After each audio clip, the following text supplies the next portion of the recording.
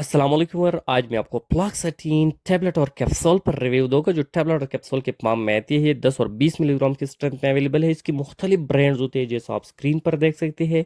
ये medicine SSRI group से ताल्लुक़ है। Selective serotonin reuptake inhibitor non sedative medicine है।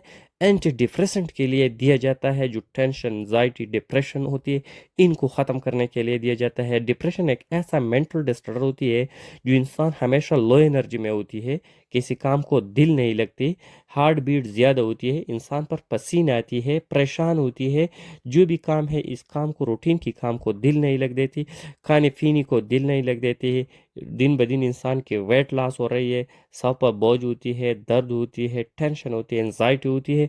तो इन सारे मसाइल को हल के लिए आप इस टेबलेट का इस्तेमाल कर सकते हैं।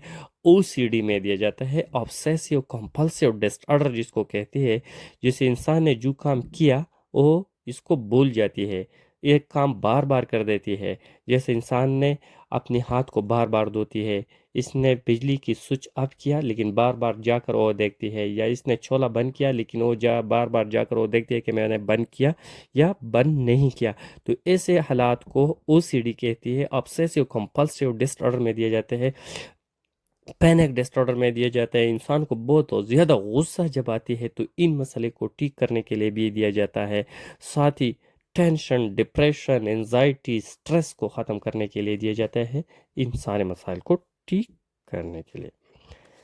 अगर इसकी साइड इफ़ेक्ट को देखा जाए तो इसके इस्तेमाल से सांस में बोझ हो सकती है, भूख में कमी आ सकती है, ड्राई माउथ हो सकती है और स्लीपिंग डिसऑर्डर भी पैदा कर सकती है, लेकिन बहुत रेयर केसेस में।